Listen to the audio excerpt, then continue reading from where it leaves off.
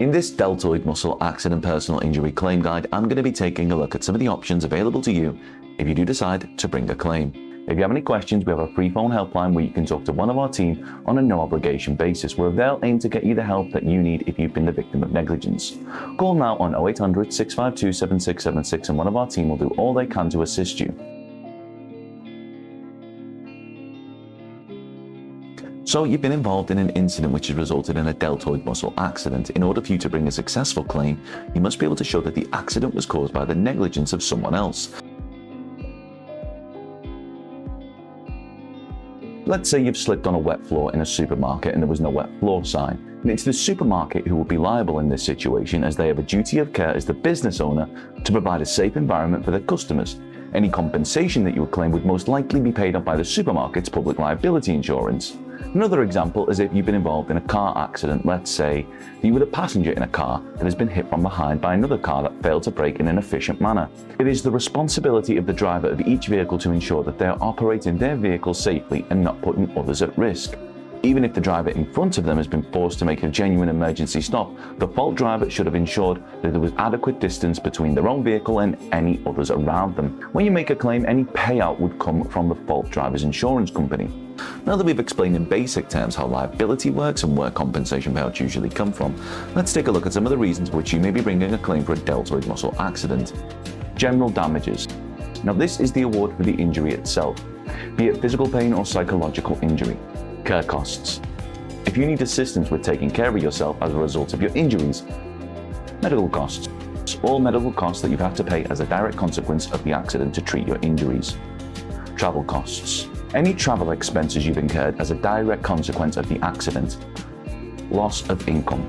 A compensation claim for loss of earnings due to the accident, and also the potential future loss of earnings due to ongoing health issues encountered as a result of the injury sustained in the accident.